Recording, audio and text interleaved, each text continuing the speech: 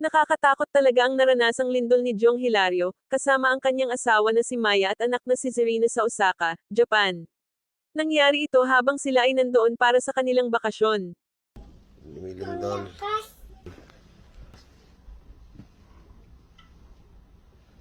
Let us pray. Let us pray. In the Father, Son, and Holy Spirit. Amen. Baba tayo, Bang. Hindi ko pwede bumaba. Hindi mag ano yung ano yung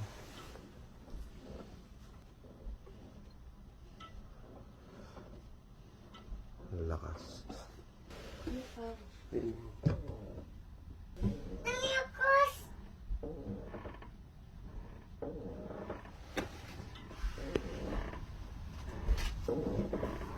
Ano, umaandar yung video. Ay, okay lang.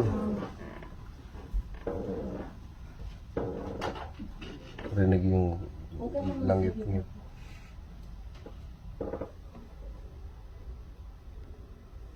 Ay, sige na, please. Hindi ba? Pwede naman mag-stairs or something. Bangs, huwag ka na mag-video, please.